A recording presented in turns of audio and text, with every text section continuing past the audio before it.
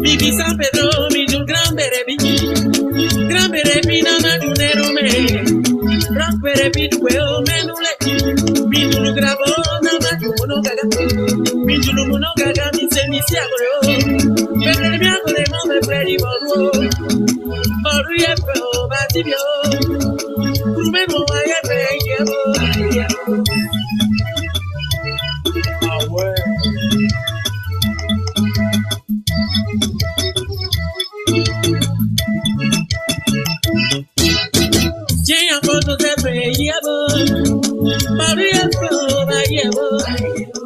Alors, bonjour à tous, merci de nous rejoindre. C'est vrai que Mono Gaga, c'est intemporel. Bonjour Bernard Houdin, conseiller spécial de Laurent Gbagbo.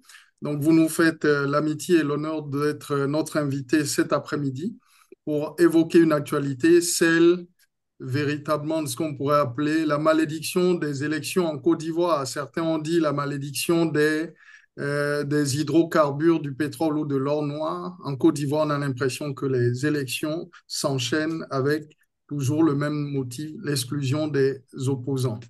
Ce soir, donc, nous évoquerons la situation globale en Côte d'Ivoire au plan politique, économique et social, mais également, surtout, le scrutin présidentiel qui est à haut risque, qui va avoir lieu donc en octobre 2025.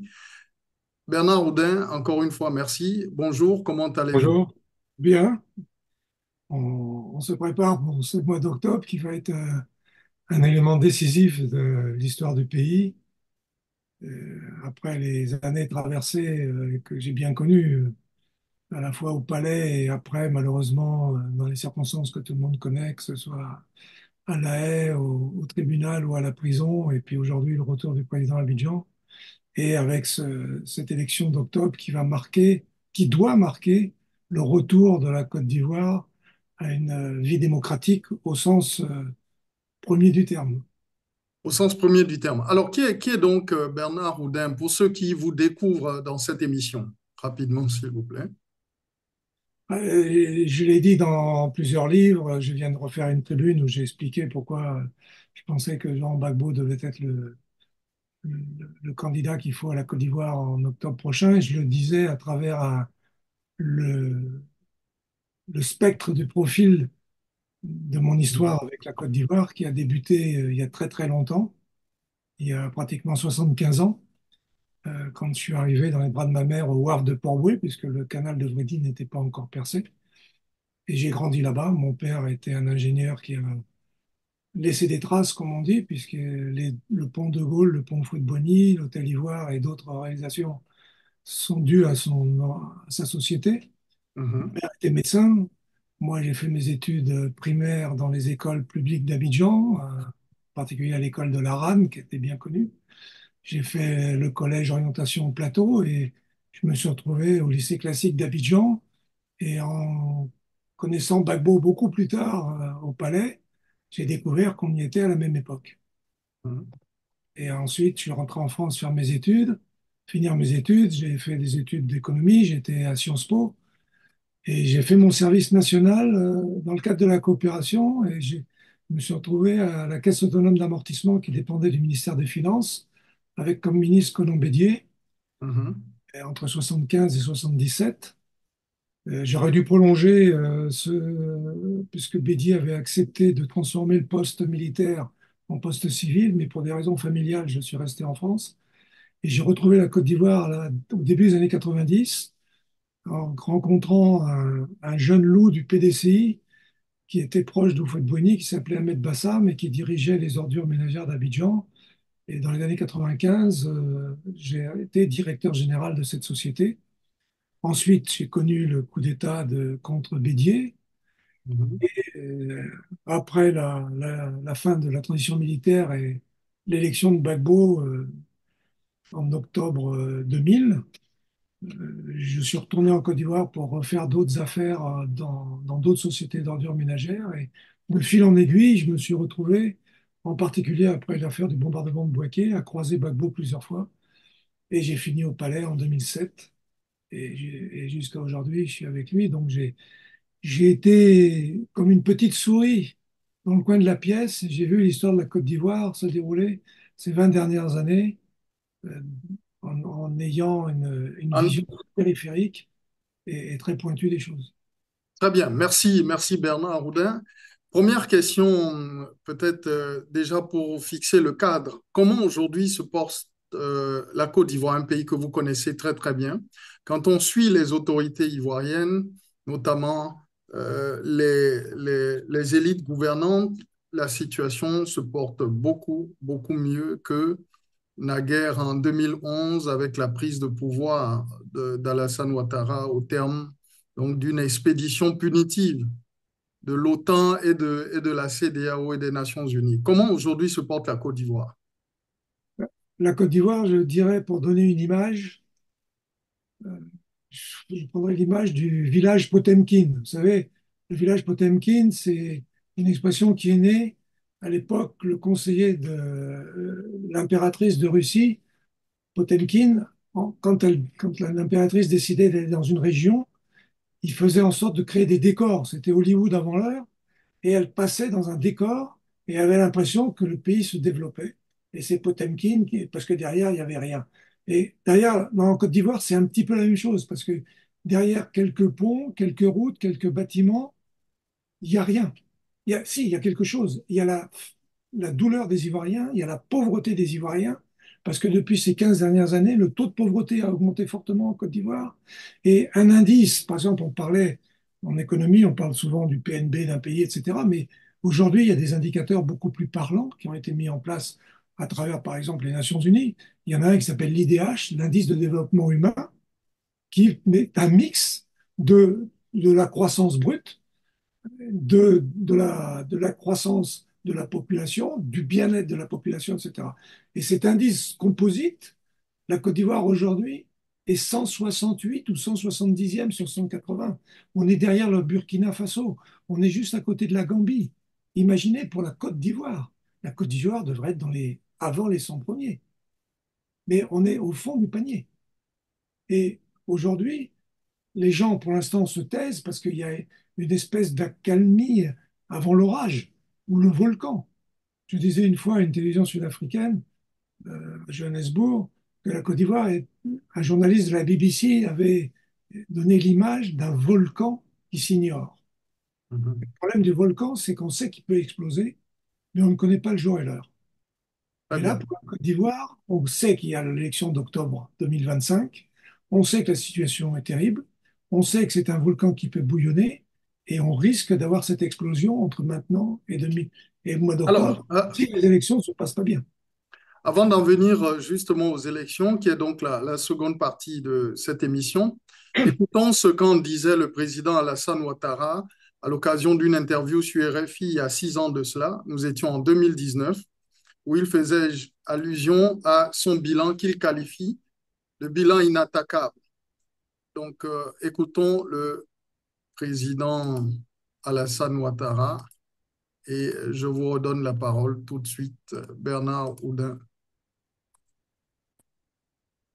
Des attentes de nos concitoyens. Une chose est certaine, j'ai un bilan qui est inattaquable. Cette année, une croissance moyenne par an de 8% parmi les 4 pays du monde avec le plus fort taux de croissance, un taux d'inflation de 1 à 2%, quasiment jamais inégalé, pas seulement en Afrique mais en Europe, un déficit budgétaire autour de 3 à 4%, une dette publique moins de 40% du PIB, et je pourrais continuer. Nous avons un bilan qui est remarquable, et tout à l'heure d'ailleurs, le mécanisme africain pour l'évaluation des pairs l'a confirmé. Voyez-vous, nous sommes à 82% aujourd'hui de fourniture d'eau, de fourniture d'électricité, etc.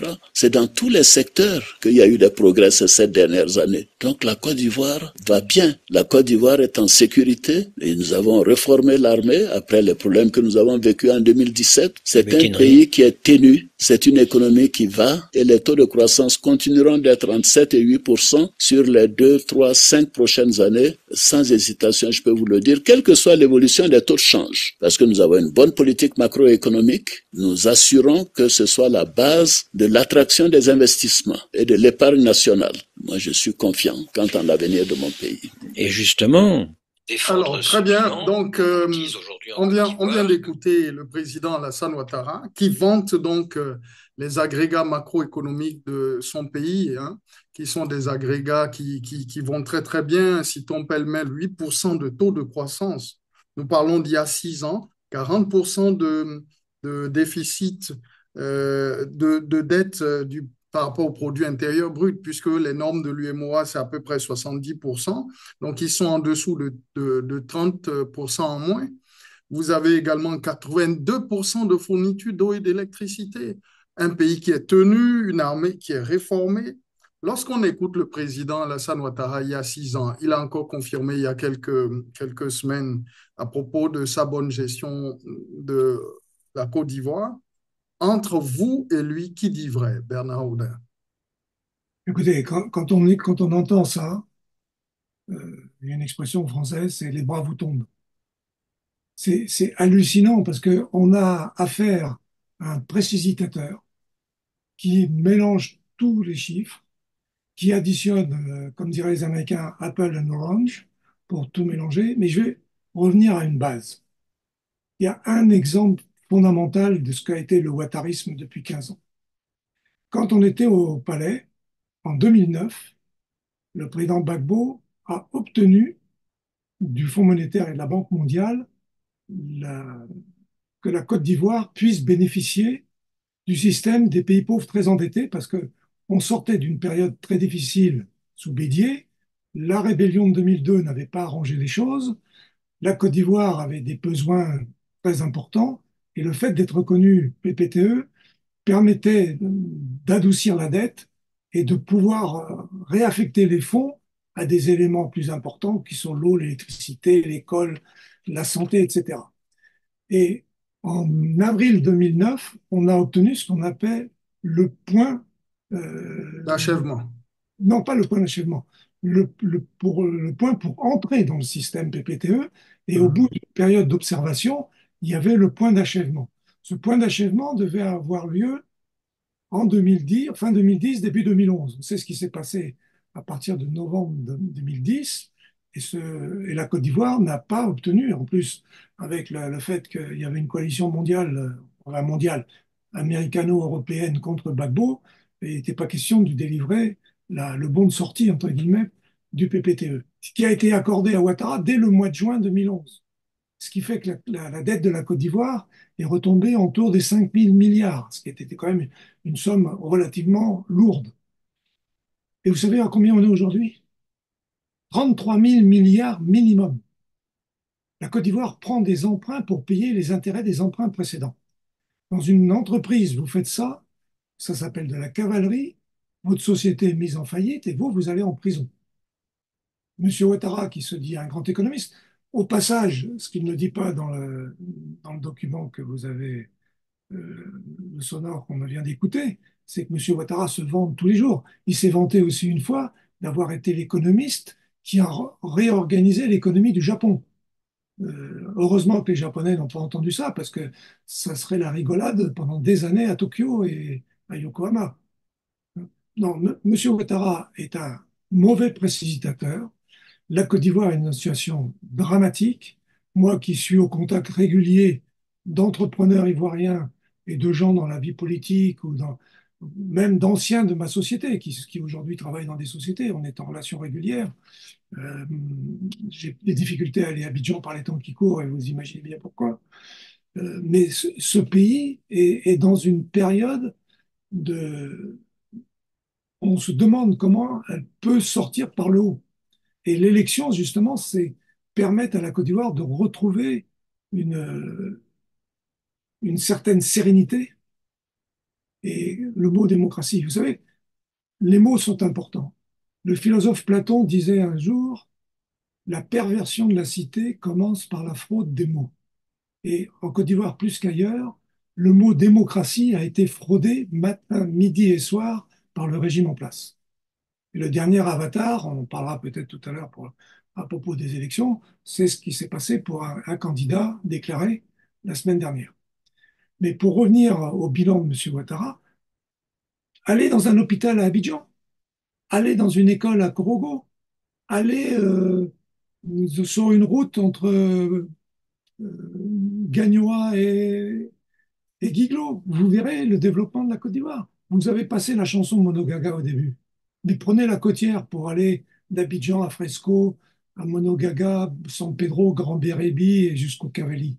Mais c'est une route qui a été dû être faite plusieurs fois avec sous Ouattara. Alors, Parce que que répondez-vous à certains analystes et certains experts qui estiment que Alassane Ouattara gère aujourd'hui la Côte d'Ivoire pour justement rembourser des créanciers qui ont misé dans sa longue et très longue expédition punitive et conquête politique pour prendre le pouvoir d'État. Donc des lobbies du café cacao, des lobbies de la France-Afrique, des lobbies également du MEDEF et le monde donc de la communauté financière internationale, les institutions de Bretton Woods, etc. Et c'est des thèses qu'on entend de plus en plus, notamment par le professeur Mamadou Koulibaly, qui estime que la Côte d'Ivoire aujourd'hui ploie sous une croissance appauvrissante, avec des maquettes, avec véritablement une vitrine qui est très très bien pour les investisseurs, pour le showroom des capitalistes internationaux, mais l'Ivoirien ne s'en sort pas. Est-ce que pour vous, véritablement, Ouattara n'est pas aujourd'hui celui en réalité qui a pris en otage ce pays pour rembourser des créances liées à sa longue et éprouvante conquête du pouvoir d'État qui a coûté la vie à des milliers d'Ivoiriens? vous ne faites que répéter ce que j'ai dit au début en parlant de Potemkin. Quand vous dites que Mamadou Koulibaly parle de vitrine, de showroom, etc., mais c'est une autre façon d'exprimer le système de Potemkin. Et Ouattara était entièrement dans ça. Et quand on parle d'experts, il faut savoir de quel expert on parle. Si c'est un expert qui est payé par Jeune Afrique pour raconter la vie de Ouattara, ça sert strictement à rien de l'écouter. Si vous écoutez Mamadou Koulibaly, vous serez plus dans la réalité, parce que Mamadou Koulibaly, au-delà de la politique, c'est un homme, un économiste qui a connu le pays, qui a été ministre des Finances de ce pays, qui a été président de l'Assemblée nationale et qui sait de quoi il parle, et que Il vient Ouattara. d'ailleurs d'annoncer son retrait de la vie politique, hein, ivoirienne. Oui, parce que Mamadou Koulibaly, c'est plus un sage qu'un homme politique au sens bouillonnant, on veut bien l'entendre. Mais la voix de Mamadou Koulibaly doit être écoutée pour ce qu'elle apporte au niveau de l'expertise au sens noble du terme. Et maintenant, M. Mamadou Koulibaly avait fait des choix politiques à certaines périodes, qui sont ses choix personnels et que je respecte et que tout le monde respecte. Et cette position de se mettre un petit peu sur l'avant-train, ça fait partie, je pense, de son caractère personnel. Mais c'est un homme qui compte pour expliquer où en est la Côte d'Ivoire aujourd'hui, d'où elle vient et où M. Ouattara est en train de l'amener, c'est-à-dire de la faire disparaître dans un gouffre. Parce que la contrepartie de l'endettement, c'est qu'il y a aussi la structure de l'endettement. Dans l'endettement de M. Ouattara, il y a un endettement sur les marchés financiers internationaux privés, les eurobonds et autres choses, qui est beaucoup plus dangereux que des dettes d'État à État. Parce que la France peut passer l'éponge magique sur des dettes de la Côte d'Ivoire, le FMI peut le faire à travers le PPTE et tout, mais sur les marchés financiers internationaux, à partir du moment où les gens ne sont pas remboursés et pour sauver une partie de leurs investissements et des fonds qu'ils ont versés, les revendent en package, entre guillemets, à des fonds d'investisseurs que le monde de la finance appelle de façon assez imagée les fonds vautours. C'est des gens qui récupèrent des dettes à un certain pourcentage, mais qui essayent d'en tirer le maximum. Et ça s'est passé en Argentine, ça s'est passé au Ghana, ça s'est passé au Congo. Et si la Côte d'Ivoire demain se retrouve avec beaucoup de dettes dans les fonds vautours, elle va se retrouver pieds et poings liés à être obligée, par exemple, ces campagnes de cacao, de café, d'anacarde, de gaz et de pétrole. On vient de découvrir encore avec l'ENI italienne des grands gisements de pétrole. On risque d'avoir à hypothéquer tout ça pour payer ces gens-là, et au détriment des Ivoiriens.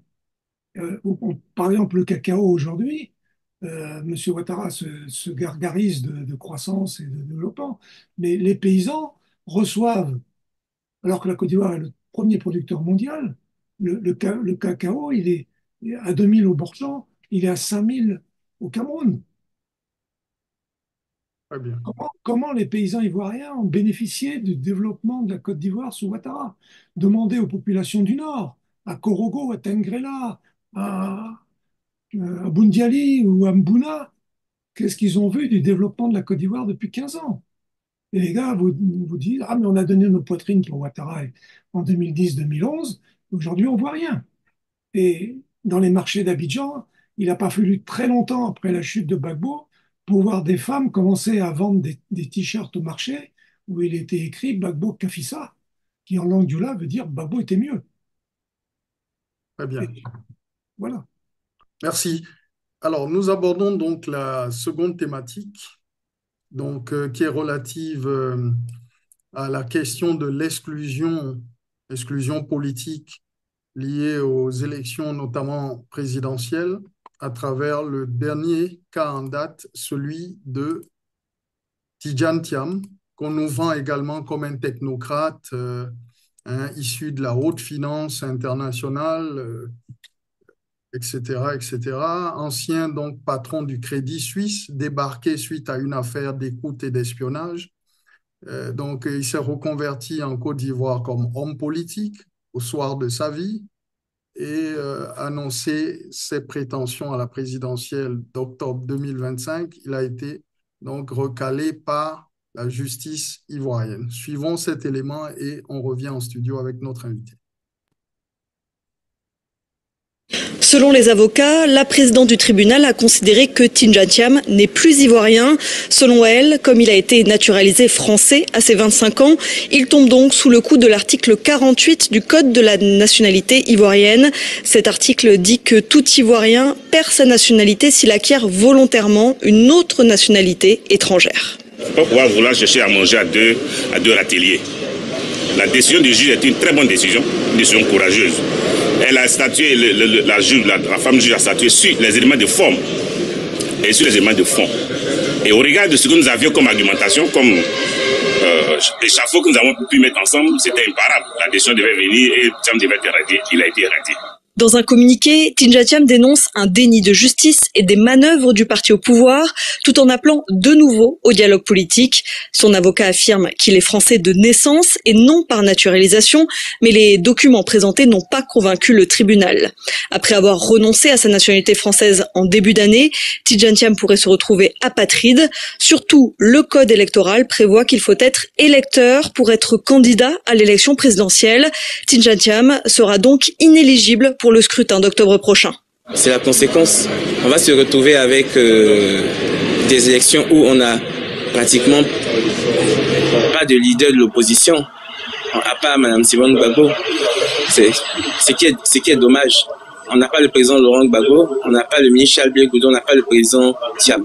Et cette décision de la présidente du tribunal de radier Tidjane Thiam de la liste électorale ne peut faire l'objet d'aucun recours judiciaire.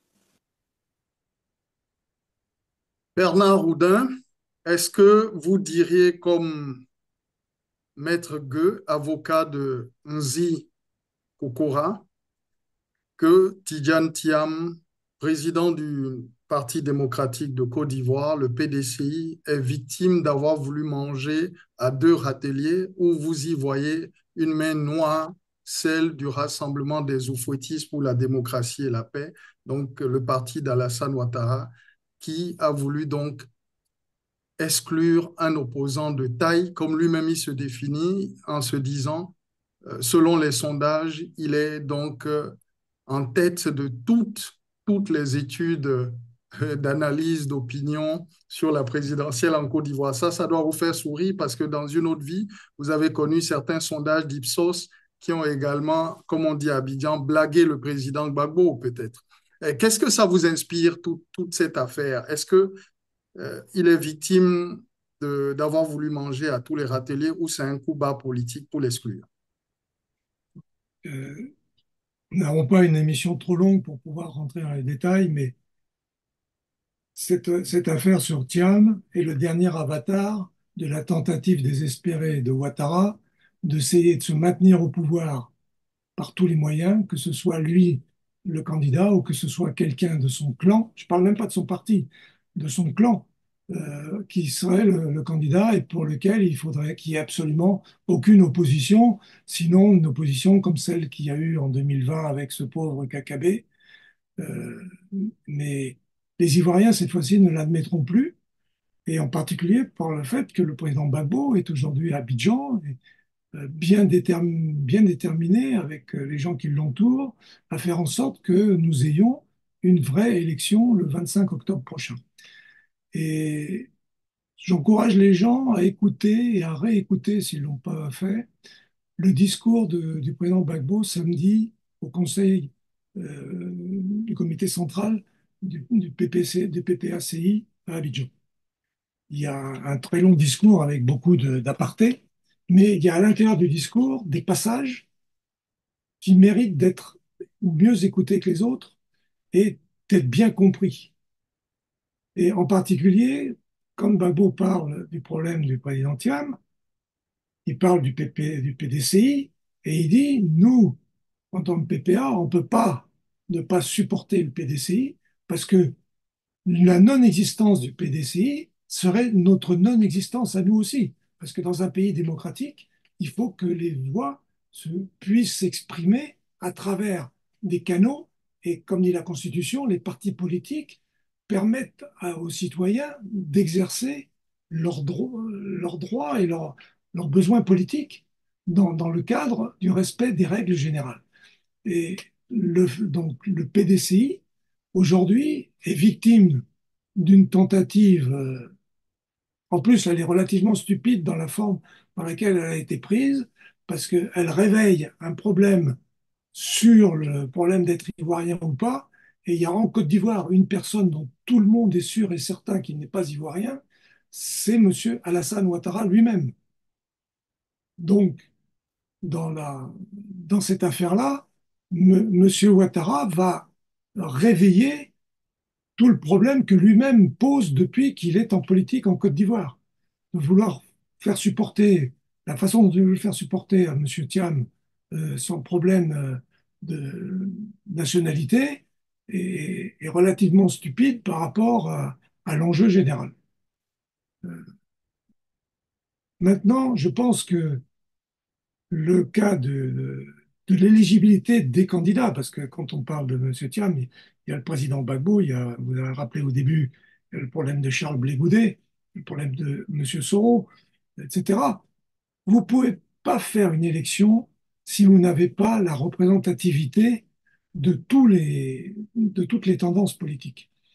M. Soro n'est pas sorti du jeu. M. Soro était il y a quelques jours quasiment un invité officiel du président du Ghana, qui est le plus gros voisin de la Côte d'Ivoire. M. Soro a eu un problème avec la Côte d'Ivoire en 2002. Je pense que lui-même en est parfaitement persuadé aujourd'hui. Mais M. Soro, je sais qu'il a les voies et moyens pour réintroduire le jeu politique ivoirien dans les années qui viennent. Et même s'il ne participe pas pour d'autres raisons à cette élection de 2025, il est un homme politique qui aura la capacité juridique d'être candidat dans une future élection en Côte d'Ivoire. Alors, justement, vous avez commencé à embrayer là-dessus. Guillaume Soro, ancien chef rebelle, ancien premier ministre de Côte d'Ivoire, ancien président du Parlement ivoirien, condamné à 20 ans de prison dans une affaire, dans l'autre à la réclusion à perpétuité, atteinte à la sûreté de l'État, tentative de coup d'État, découverte d'armes lourdes chez lui, donc à Marcory, dans sa résidence. Il a toujours nié les faits. Il a été donc acquitté par la Cour africaine des droits de l'homme et des peuples. Il parle de justice politique. Le président Gbagbo, condamné suite au casse de la BCAO, alors qu'il était à la CPI, eux-mêmes ils le savaient, donc par contumace, à 20 ans de prison, également radié des listes électorales. Charles Blé Goudet, également condamné, si je ne m'abuse, à 20 ans de prison. Donc tous les ténors aujourd'hui de la vie publique ivoirienne sont complètement liquidés, un à un. est-ce qu'aujourd'hui, véritablement, il y a encore un crédit à accorder aux scrutins électoraux en Côte d'Ivoire, notamment la présidentielle qui s'annonce, puisque en 2010, ça s'est soldé par un bombardement et l'arrestation du président et de sa famille.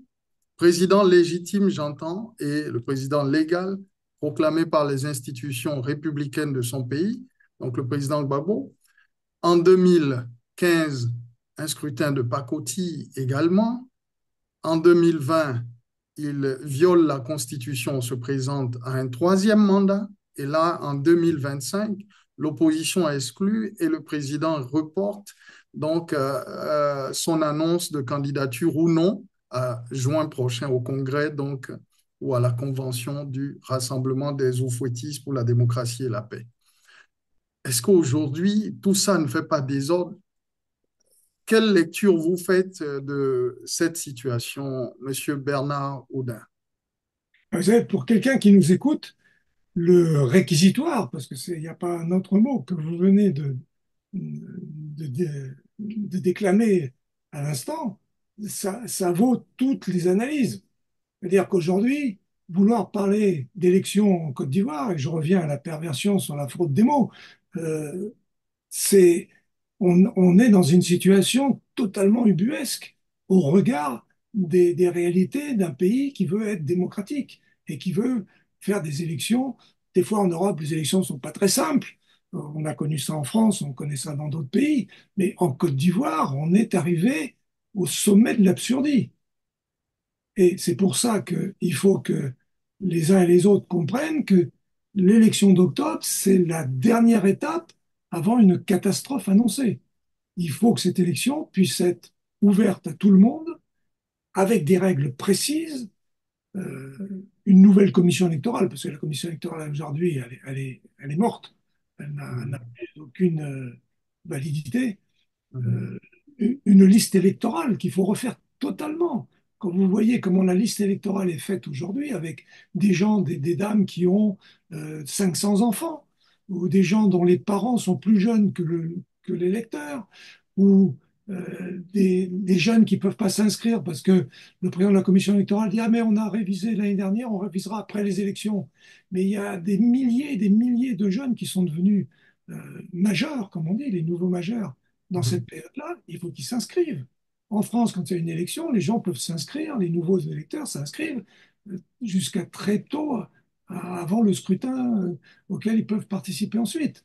En Côte d'Ivoire, rappelons, l'Afrique est un pays, un continent qui se développe très vite, où la pyramide des âges est très spécifique. En Côte d'Ivoire, il y a à peu près 50% des gens qui ont 18 ans ou moins. Et si vous enlevez, rendez compte, depuis 2010 jusqu'à aujourd'hui, en 15 ans, c'est des gens qui avaient 3 ans en 2010 qui vont être électeurs en octobre 2025 normalement. Mais c'est des millions et des millions de personnes. Où sont-elles sur la liste? Donc tout ça doit être remis à plat, doit être réorganisé.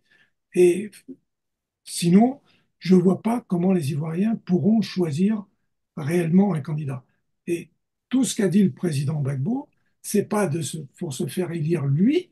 Bien sûr qu'il sera candidat et qu'il fera tout pour être de façon démocratique élu, c'est une chose, mais il veut que ça se passe dans un système régulier et régulé. Monsieur Alors, Ouattara n'a organisé aucune élection normale dans ce pays depuis 2010. est-ce que là, véritablement, je pose une question taquine, est-ce que là, nous ne sommes pas dans ce célèbre ouvrage d'Amadou Kourouma, hein, en attendant le vote des bêtes sauvages, où véritablement il plante le décor, même s'il s'inspirait de Gnassingbé Yadema, d'un tyran qui organise des élections de pacotille, où même les votes, même les bêtes sauvages sortent de la savane et autres pour venir voter, parce que bon, et il est élu avec des scores soviétiques. Est-ce que les élections en Côte d'Ivoire ne ressemblent pas à ce célèbre Bon, roman d'Amadou Kourouma, en attendant le vote des bêtes sauvages? qui était un écrivain ivoirien, il faut le préciser. Exactement.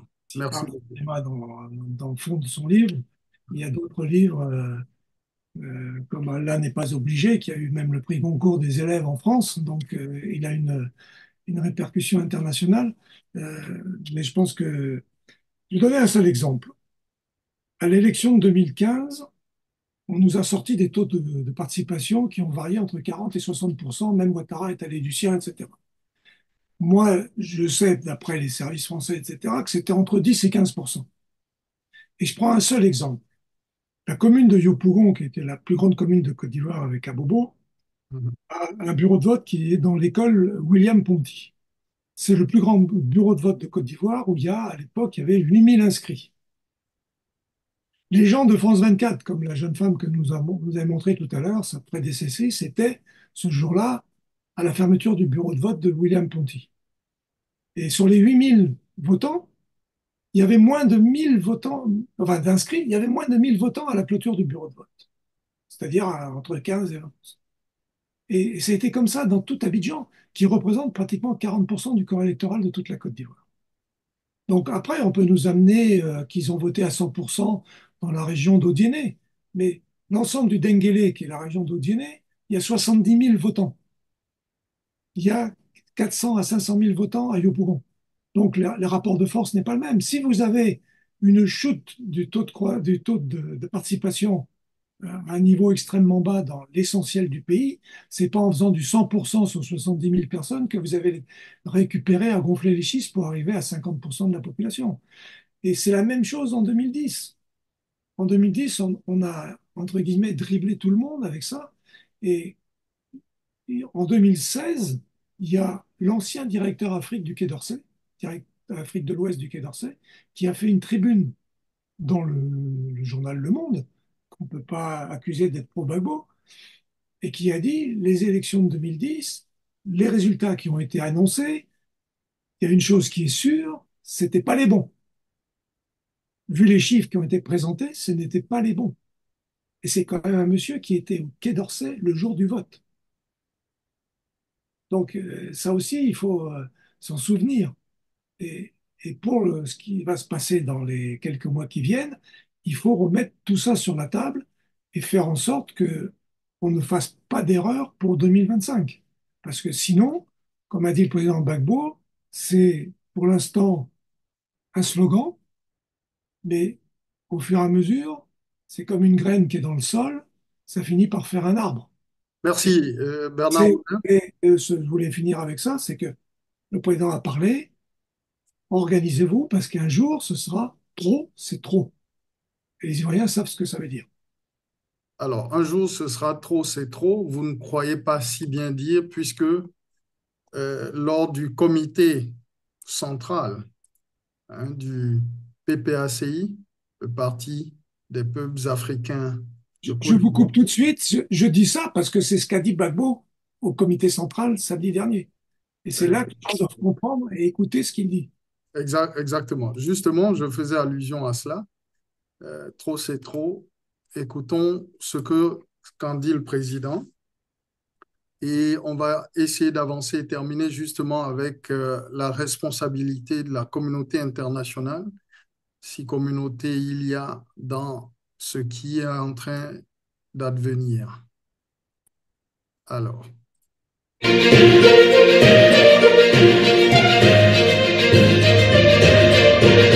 Je vous ai dit à Dabou que les gens se sont mépris sur l'appel de Benoît. Ils se sont mépris. Ils n'ont rien compris. Mais souvent, les gens ne comprenaient rien. J'ai répété à Dano que j'ai rappelé, à qui j'ai reparlé. J'ai dit, nous devons réunir tous ceux qui ont quelque chose à déplorer. On a cassé ta maison, nous t'ouvrons les bras. On te paye mal, nous t'ouvrons les bras. La vie est trop chère pour toi. Nous t'ouvrons les bras. La viande, le riz, l'huile, la tchéké, tout ça est trop cher et tu n'arrives pas à manger. Nous t'ouvrons les bras. Et il faut qu'on donne un nom à ce mouvement pour ne plus que les gens se trompent. Trop, c'est trop.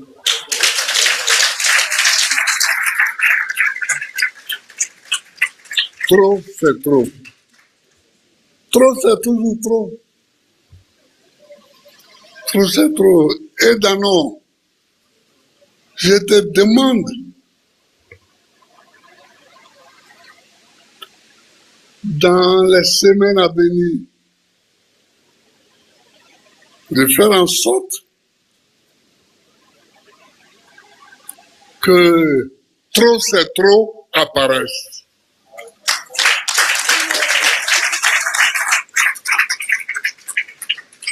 Tu es dans un autre parti. Ça, c'est ton orientation idéologique et politique. Mais on casse ta maison. On te prend ton terrain. On te prend ta forêt. Ton enfant ne va pas à l'école. Ou ton enfant à l'école, il a des diplômes, il n'a pas de travail. Trop, c'est trop.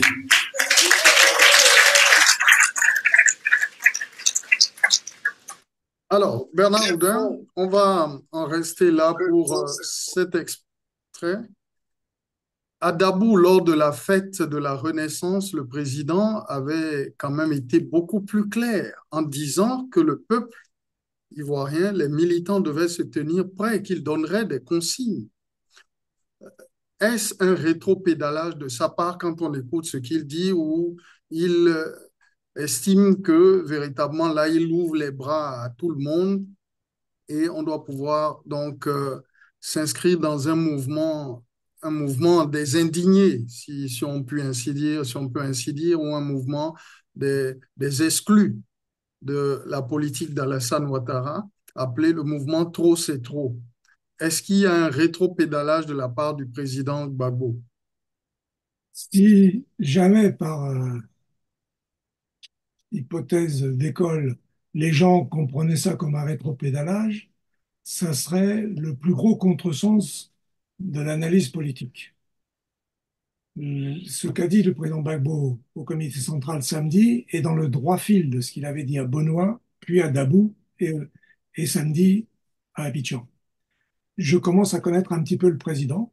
Euh, j'ai eu malheureusement beaucoup l'occasion de parler avec lui dans toutes les périodes des années de braise où on étions à La Haye. Le président Gbagbo est un homme systémique et systématique. Ce que vous venez de montrer sur le trop c'est trop et qui illustre ce que je venais juste de vous dire, parce que je le tenais moi-même de ce discours, et il faut le développer et le diffuser, c'est la suite logique, c'est pas un rétropédalage, c'est la marche supérieure de ce qu'il a dit à Dabou. Les gens doivent comprendre comme ça.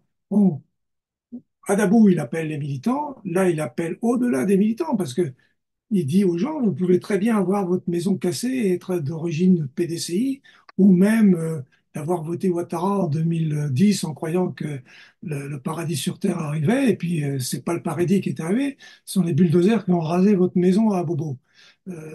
Mais ces gens-là, ils ont besoin de s'exprimer. Et le vote démocratique, c'est s'exprimer. Et il faut se rappeler que l'élection présidentielle, c'est, dans le système ivoirien, un petit peu la copie du système français. C'est, comme disait De Gaulle, un homme rencontre le peuple. Et là, au-delà des étiquettes bien spécifiques des partis, les gens peuvent s'exprimer pour quelqu'un qui va devoir diriger la nation et pas être le meilleur en ceci ou en cela. C'est comme dans un orchestre, vous avez un bon violoniste, des pianistes, des joueurs de hautbois, etc. Mais vous avez un seul chef d'orchestre. Et c'est peut-être pas le meilleur de chaque instrument, mais c'est le meilleur pour que tout le monde soit ensemble. Et je pense qu'en 2025, la Côte d'Ivoire a besoin d'un chef d'orchestre.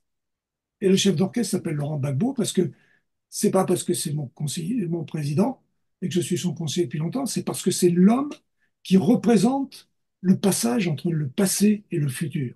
Vous n'avez aucun homme politique en Côte d'Ivoire, en dehors de Laurent Gbagbo, qui est capable de dire aux gens, aujourd'hui et de façon certaine, reprenant son mantra habituel, asseyons-nous et discutons, et que ça soit suivi des faits.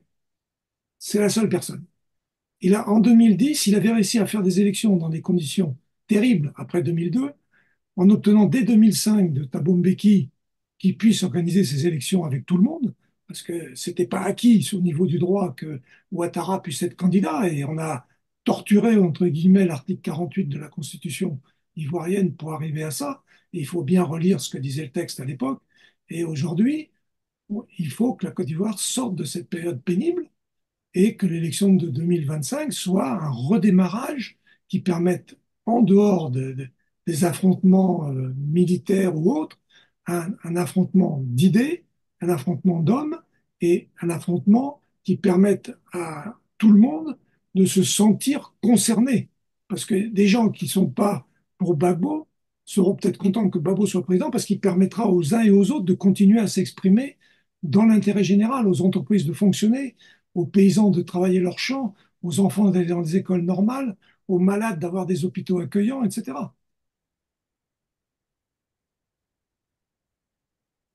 Dernière ligne droite de cette entrevue. Bernard Houdin, pour éteindre donc le feu qui couvre ce qu'on pourrait appeler donc une crise préélectorale qui a démarré. Les Nations Unies ont dépêché donc M. Simao, qui est donc l'envoyé spécial donc du secrétaire général des Nations Unies, M. Guterres, en Côte d'Ivoire, chargé donc de parer au plus pressé. Il a rencontré tour à tour la société civile, les leaders politiques, Mme Simone Yves Gbagbo, présidente du mouvement Génération Capable. Il a rencontré le président de la République, Alassane Ouattara. Il a rencontré le président Gbagbo. Alors, quand vous voyez toute cette médiation qui est déployée, est-ce que vous êtes optimiste quant à l'issue heureuse de cette médiation ou pour vous, nous sommes, comme disent de nombreux observateurs ou même ivoiriens, nous sommes dans un marché de dupes puisque les Nations Unies, fortes de leurs responsabilités en 2010 et 2011 dans la tragédie ivoirienne, penche toujours du côté d'Alassane Ouattara qui jouit donc du soutien international. Et accessoirement, quel pourrait également le rôle de la France, cet allié, ancienne puissance coloniale, dans le dénouement de cette crise préélectorale qui a commencé avant qu'elle ne débouche sur une crise post-électorale. Vous venez bien de parler de M. Simon, de sa visite, et je remets dans l'ordre. Il y a quelques semaines, un des dirigeants du PPACI, l'ancien ministre Justin Koné-Katinan, est allé aux États-Unis, rencontrer un certain nombre de personnes et passer aux Nations Unies pour croiser les autorités du secrétariat général et leur a demandé, d'abord, le problème du président Gbagbo sur les listes est évident, mais aussi d'une élection apaisée en Côte d'Ivoire. Et la réponse du secrétariat général, c'était de dire on va vous envoyer une mission qui va permettre de croiser tous les acteurs potentiels de cette élection. Quand M. Koné-Katinan est rentré à Abidjan, on a commencé à railler au niveau du pouvoir que Gbagbo se prétendait faire venir l'ONU en Côte d'Ivoire, etc. Et puis, non seulement il a prétendu, mais l'ONU est venue, a rencontré tous les gens que vous avez cités, y compris le président Gbagbo. Et je rappelle à ce niveau-là que Laurent Gbagbo connaît de façon personnelle le secrétaire général des Nations Unies depuis des dizaines d'années, puisqu'ils étaient à l'international socialiste tous les deux. Et Monsieur Antonio Guterres, ancien Premier ministre du Portugal. Du Portugal, et qui était à l'époque dans l'opposition socialiste, a bien connu Laurent Gbagbo dans les réunions d'international socialiste, et ce sont des gens qui ont gardé le contact depuis si longtemps. Et vous voyez M. Simon qui visite tout le monde, Et à la fin, à chaque fois qu'il sortait d'une réunion, euh, en particulier quand il a vu le président Gbagbo, il a dit nous avons rencontré un tel, et nous avons vu les voies et moyens d'une élection inclusive et pacifique. Il a répété ça régulièrement. Et il est à peine parti d'Abidjan que M. Ouattara a exclu Tidiane Thiam du pouvoir, enfin de la capacité d'être candidat à l'élection présidentielle. À peine M. Simon a fermé la porte du bureau de Ouattara après s'être entretenu avec lui, que déjà Ouattara commettait une forfaiture, si on peut dire, par rapport à la mission de l'ONU. Mhm. Ça aussi, les gens doivent s'en rendre compte. Et qu'à un moment ou un autre, et on en revient à ce que disait Gbagbo, un jour, ça va faire trop, c'est trop. Un jour, ça va faire trop, c'est trop.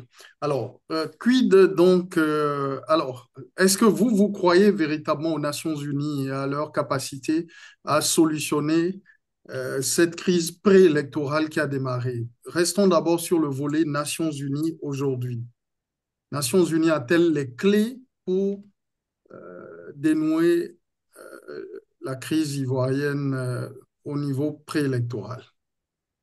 Si on veut s'en tenir aux fondamentaux des Nations Unies, qui, en son nom lui-même, ça a été fondé à la fin de la Deuxième Guerre mondiale pour surpasser tous les problèmes qui avaient été connus avant et pour surpasser en particulier la chute dramatique de la Société des Nations qui avait essayé de préserver l'avenir du monde après la guerre de 14-18. Bon. Depuis 1945, cas un cas, parce que vous savez, il y a des régions du monde où on a vu des gens des Nations Unies être là depuis des décennies et ne rien arranger au problème. Pour rester à l'Afrique, on prendra simplement le Congo et toute la partie est du Congo avec les missions successives. Donc, il faut absolument qu'à ce niveau-là, euh, la France reste éventuellement un observateur si elle le veut, mais ne puisse pas euh, interférer comme elle l'a fait de façon si violente en 2010 ou d'une certaine façon en préservant Ouattara en 2015 et en 2020. Euh, ça serait la pire des choses pour les relations entre la Côte d'Ivoire et la France. Parce que si l'élection se passe bien, ça peut être les prémices d'une évolution normée entre la France et la Côte d'Ivoire pour le futur, parce la Côte d'Ivoire ne vivra pas en autarcie. Mhm. Il faut préserver le futur. Et moi, j'avais écrit une tribune, Gbagbo n'était pas encore sorti de La Haye, et j'avais écrit que Laurent Gbagbo était la dernière bouée de sauvetage de la France en Afrique. Parce que ce sont des gens comme Laurent Gbagbo qui, en sachant faire tenir à leur pays une position de souveraineté et avoir une relation, comme disait à l'époque, win-win avec la France et d'autres, qui peut préserver la relation apaisée et que moi, bien entendu, vu mon origine, j'appelle de tous mes voeux, et je sais que c'est au fond d'eux-mêmes, pour beaucoup d'Ivoiriens, le souhait aussi, c'est que la France, c'est comme une grande sœur qu'ils ont toujours respectée, et ils en sont d'autant plus marrés aujourd'hui, c'est qu'ils se sont sentis trahis. C'est ce sentiment de trahison qu'il faut faire disparaître. Et pour le faire disparaître, il faut accorder à la Côte d'Ivoire toute sa capacité. Et c'est la seule façon pour laquelle les Ivoiriens retrouveront une relation apaisée et un sentiment d'amitié avec la France, comme elle l'a toujours eu jusqu'à une certaine époque. Merci. Donc, Bernard Houdin, je vais donc t'inviter à travers la dernière question, qui est vraiment une question géopolitique. On va sortir un peu du cadre ivoirien et ça va être la question de fin. À l'heure où donc le monde est en pleine mutation avec l'ordre, tu l'as rappelé tout à l'heure, né euh, à la suite de la Seconde Guerre mondiale lors de Bretton Woods, hein, et de Yalta à partir de 1945, et ensuite en train de mourir petit à petit avec l'apparition donc d'un monde multipolaire, des BRICS, etc. On observe qu'en Afrique de l'Ouest, en septembre 2023, la charte du Liptako Gourma a été lancée et ça a accouché donc d'une alliance des États du Sahel, donc portée par le Mali qui en assure aujourd'hui la présidence, le Burkina Faso et le Niger. Cette alliance défend la souveraineté des peuples africains et se bat pour vraiment un monde multipolaire et une dynamique panafricaniste. Est-ce que les élections en Côte d'Ivoire qui arrivent en octobre prochain ne marquent pas la fin d'un cycle, c'est-à-dire le cycle de la France-Afrique en Côte d'Ivoire à travers les différentes ingérences de ce qu'on a appelé Paris-sur-Seine, de Guy Laberty d'ailleurs, ou Abidjan sur Abidjan-sur-Seine, voilà, Abidjan-sur-Seine. Aujourd'hui, la France-Afrique est très mal en point parce qu'en réalité, on n'est pas dans cette configuration géopolitique sur la volonté d'Alassane Ouattara et ses soutiens internationaux de conserver donc la prééminence de Paris dans son ancien précaré, d'une part, et les forces progressistes panafricanistes amenées par le PPACI, le président Gbagbo et beaucoup d'autres qui veulent une rupture, une autre façon de faire, un nouvel ordre politique en Côte d'Ivoire et pourquoi pas se rapprocher de l'Alliance des États du Sahel. Est-ce que ce n'est pas en réalité ce qui est en train de se jouer ou qui va se jouer en octobre 2025 prochain?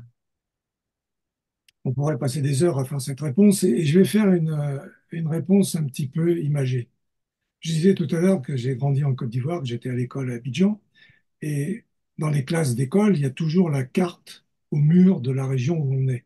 En France, c'est la carte de France, etc. Et en Côte d'Ivoire, c'était la carte de l'AOF. Et dans cette carte de l'AOF, il y avait les différents territoires de l'AOF qui étaient marqués par des petits pointillés qui démarquaient la Côte d'Ivoire, la Haute-Volta, le Mali. Enfin, à l'époque, c'était le Soudan français, le Niger, et les autres États, le Sénégal, etc., et les autres États de l'AOF. Quand on est arrivé aux indépendances, un petit peu sur la bousculade, la France était engluée en Algérie, le général de Gaulle voulait sortir de tout ça, et il avait un intérêt à faire en sorte que l'Afrique sorte de la colonisation, entre guillemets, mais reste ancrée dans une forme d'union française, mais en accordant une indépendance dans, entre guillemets, l'interdépendance. Et cette carte de l'Afrique de l'Ouest s'est transformée en une peau de léopard avec les petites règles qui étaient à l'intérieur de cette AOF se sont transformées en traits pleins pour définir des États. Mais c'était les traits de territoire nés d'un découpage administratif franco-français d'organisation de l'administration française depuis un siècle, moins d'un siècle, mais depuis de longues années, depuis les années 1900. Et on a mis dans ces différentes boîtes, entre guillemets, des gens avec des situations géographiques ou humaines qui n'étaient pas nécessairement homogénées. Et c'est tout le problème qu'on a aujourd'hui est lié à cette façon de faire qui s'est faite à l'époque.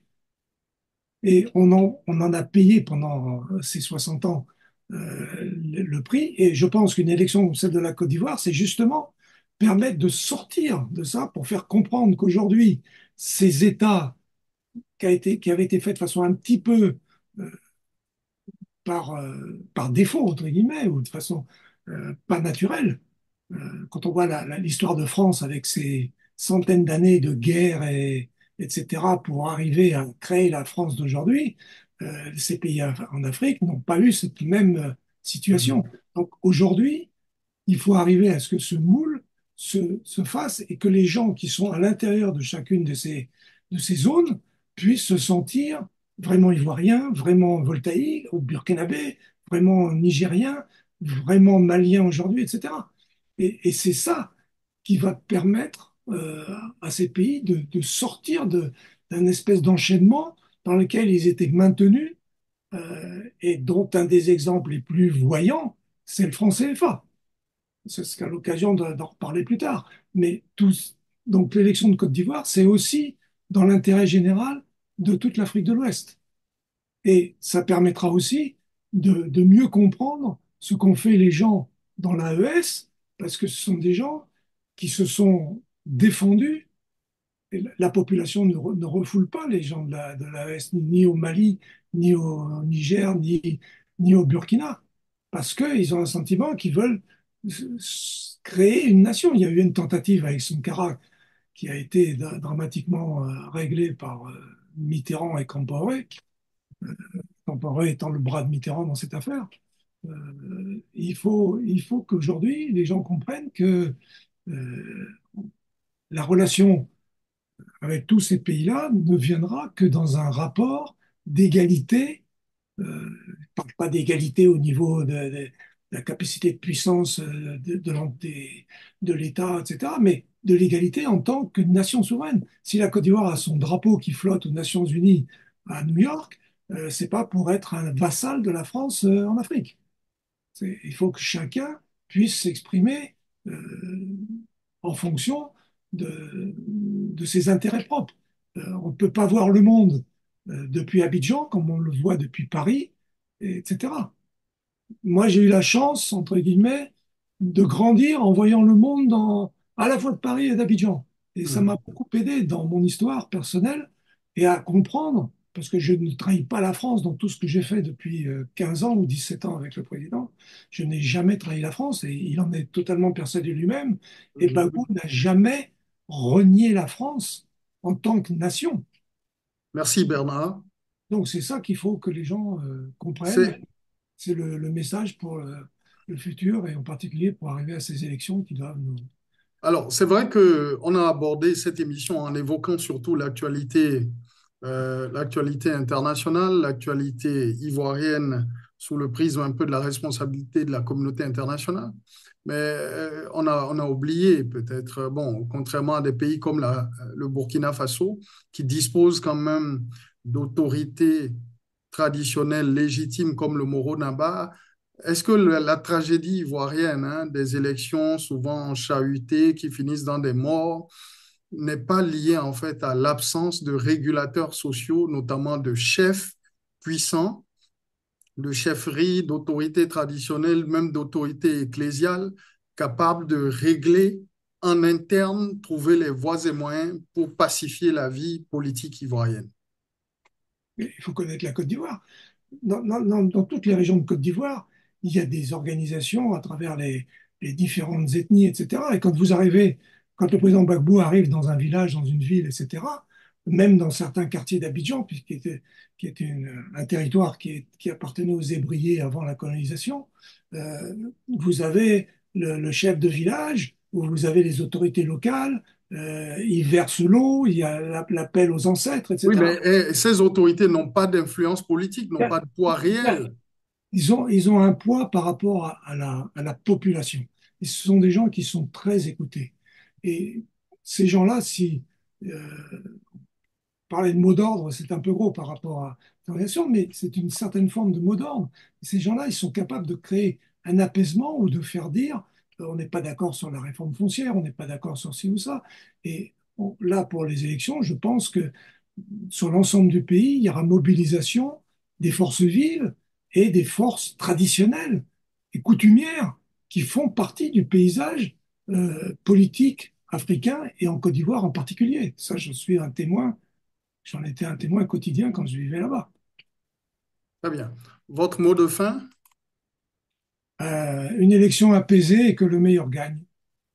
Une élection apaisée, que le meilleur gagne. On a l'impression que ça, on lirait plus ça dans les romans ou les ouvrages. Et La réalité, sans, entre nous. sans vouloir vous taquiner, que le meilleur gagne, et je vous dirais que j'ai mon opinion. Justement, mais vous savez que les élections en Côte d'Ivoire ressemblent de gouttes d'eau à celles qui se passent depuis 2016 également avec Patrice Talon au Bénin, où l'opposition est exclue, condamnée à 20 ans de prison, exilée, maintenue en geôle, etc., etc. Et on a l'impression que les deux sont des frères siamois. Mais il y Voilà. a une chose pour finir avec le Bénin, euh, c'est que au Bénin, Patrice Talon doit son élection à la volonté des Béninois d'être souverains, parce qu'il a battu le candidat qui avait été fabriqué par la France. Et ça doit donner un petit sentiment aux Ivoiriens Mhm. par rapport à ce qui s'était passé à l'époque avec le candidat Lionel Zinsou. Lionel Zinsou, Mhm. que moi j'avais appelé à l'époque le gouverneur français, et les gens se sont ralliés à Talon contre le gouverneur français.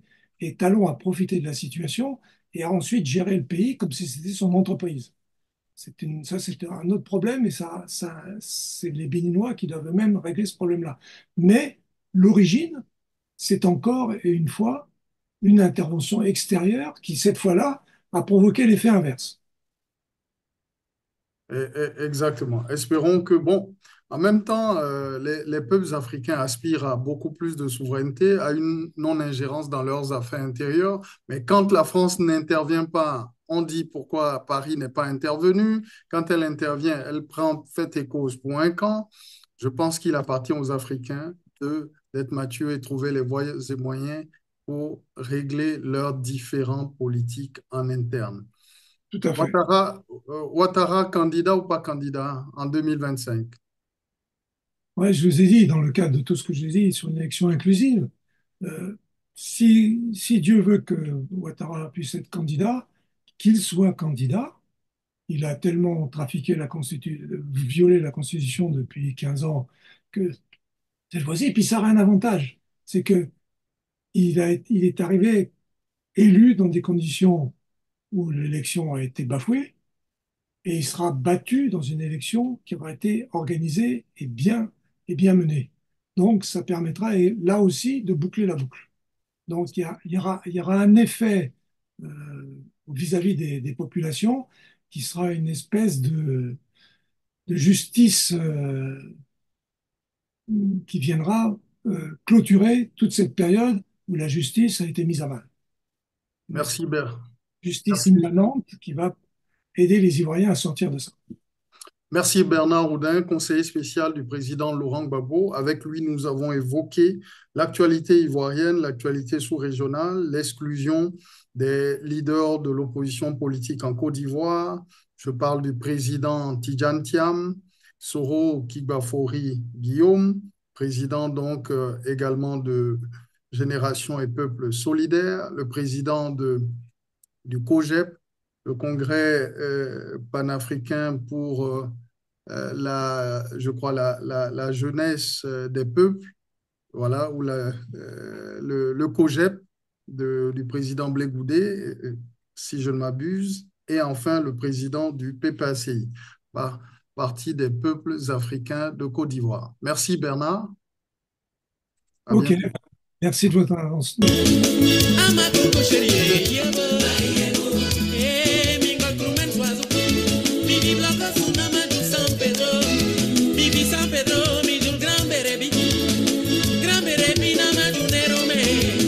Grand Berebi,